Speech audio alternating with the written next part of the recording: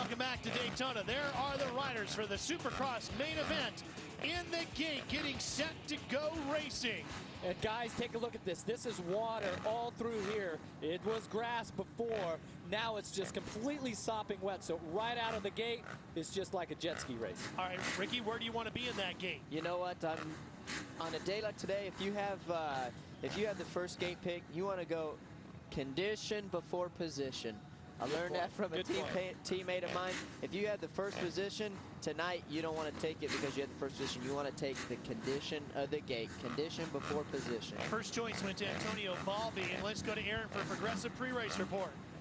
When Ricky Carmichael designed this track, he knew it was going to be rutted and he knew it was going to be chopped out, but I don't think he was expecting or intending on these ruts being as deep as they are. In some areas, the ruts are over 4 feet deep. Very, very, very deadly. It's catching the bikes. In fact, if the bike gets stuck in one of these ruts, the whole back end is disappearing. It's really difficult for the rider to get the bike out of the rut, first of all, and secondly, if they do get it out, to get that bike restarted. It's a tough track. You've seen lying around some carcasses of bikes. Smoke is steaming out of these bikes. We're kind of calling it a boneyard down here in the mud, but line selection is going to be key for all of these guys this evening. If they choose the right line, they're going to stay out of the deep puddles in the water. Aaron, what are the chances you dry out before we get to Minneapolis next week? I don't think that's going to happen, but I think it must be me because the rain seems to be following us everywhere we go this season, guys. Yes, it has. In fact, we've joked that the AMA really stands for American Moisture Association. All right, there's Chad Reed on the 22, and Jeff, he was all the way out there before. Here's our starting grid across the top. Here we go.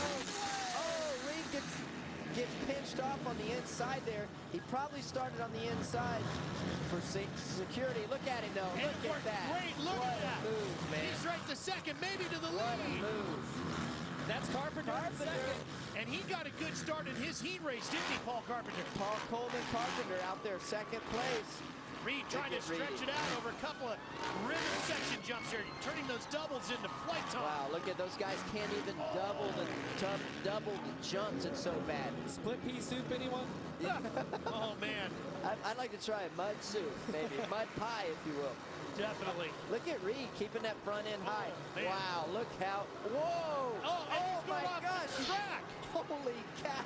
Unbelievable. I've never seen anything like that. And that's the thing about this is that the track, the lights riders in the race before this would have known that was there. This is their first time around here since the conditions have really got bad. There is so much rain still coming down right now. That's Windham right there. Kevin Windham on the 14.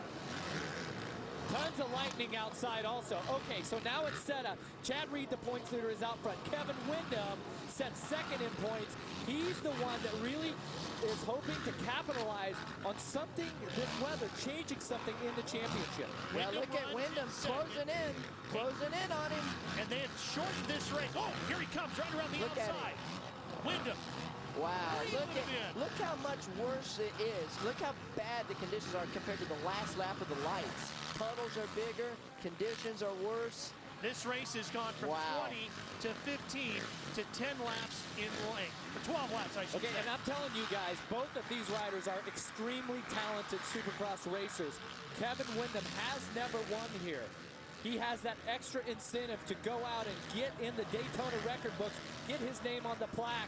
He sees Chad Reed up front. He's going to do everything he can in the next 11 laps to steal this win away from Chad Reed. Windham is over 8, and we saw Reed making a hand gesture, looked like about his goggles to the mechanics. Yeah, probably just telling his mechanics that he either needs new goggles. You know, Reed has such a big points lead. He just needs to be smart and maximize. Oh, here it comes. Windham. Windham around the outside. Oh, man. We cut him off. Oh, and he just gets drenched. I mean, when you are right behind somebody, you guys, I mean, when the guy in front of you goes from a puddle, just like. And here's one of the worst sections right through here. If you're wondering what all the smoke is, they lit off a bunch of fireworks just as the main got underway, and that's the smoke clearing the area. Okay, you know what Kevin Windham's probably going to do now that he's just been doused by like 100 gallons of water, it feels like, is he's going to probably wait for either Chad to make a mistake or plan his pass to where he can't get splashed by water again. I mean, you get so close, you can't pass. He definitely now at this point needs to work on his lines. Take a look at the replay here. Watch how bad Kevin Windham is getting splashed. And watch Chad Reed pulling his his roll-offs there, and you see he pulled it 2 or 3 times. Wow. Terrible. Oh, he's off course He's again. off course again. And still in Windham. the front, still in the lead. Wow. This race has only been won one time by a true privateer. That was back in 1987. It was a day race, but another very muddy, wet, rainy day, and that was Rick Ryan. Yeah, and it was a muddy day. It wasn't a wet day like this. What an incredible ride by Rick Ryan that day. People talk about that all the time. Wow. And by the way, speaking of that, Balby, who won his heat race, sits in 3rd, and Ryan Dungey, who's not a privateer, but a rookie at this in the Supercross class, he's running in 4th. I tell you what, Balby, what a great story, man. The guy could barely get here, had to fly private when he got stuck in Dallas. He's having the ride of his career. That was yesterday. They didn't get here till this morning, right? He was very fortunate. They snowed out in Dallas. The airline snowed out, and the host of other factory teams hired a private jet. Balby hitched the ride. And he's having a nice extreme race. Oh, somebody going in the pits. Who's that? It's a Yamaha. Into the mechanics area. Maybe probably getting a fresh set of goggles. I don't really know what that do for you, out here today. I do not think that pulling in for goggles, just once you have to take them off, and you got to ride the rest of the race. The conditions are so bad. There's Ryan Dungey right look there. at that. Look at that water. He's up to 3rd. Ryan Dungey on podium spot right now. Seems like he would be a really good mud rider, real tall on the bike. Look how wet that is. And guys, what a turn of events. Remember last year in the East Coast Lights race here, Dungey didn't qualify for this race. Wow. You guys, look at that. I mean, right there, you want to keep your front end as high as you can. I know it's probably pretty hard, but I'm almost speechless. And the reason is because when you plow the front wheel into those water holes, there's a better chance that the engine is going to suck a lot of water through the airbox. But fight for 4th. That's Dusty Klatt on the 63 and Balby on the 55. There he is in the red Honda. Wow. Oh, Chad Reed Chad Reed has it down. There goes Windham. Windham goes by. Reed gets it Reed's gonna go restarted. inside, try to make the pass back on him. Don't make a mistake right now. Biggest thing right here is Reedy can't get excited and fry his clutch out or do anything like that and overheat his bike. Look at, he's off the course there. I mean, when you see him getting excited and revving his bike, you really can't do that. You got to be careful. Kevin Windham, 0 for 8 here at Daytona. Could this be the night? Remember, he won the last huge mud race in Anaheim in 2005.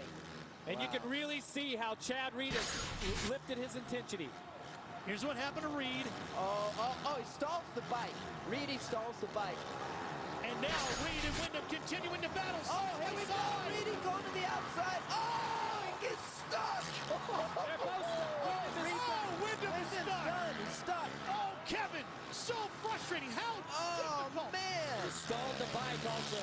You can't get it going. He's sunken. There he goes. He's got it back going, guys. He stalled the bike, got sucked into the deep conditions. Oh. Now, I know Ryan Dungey's getting him close. Here goes Reed back in the front. But you've got to wonder, how long will it remain that way? We're coming back to Daytona.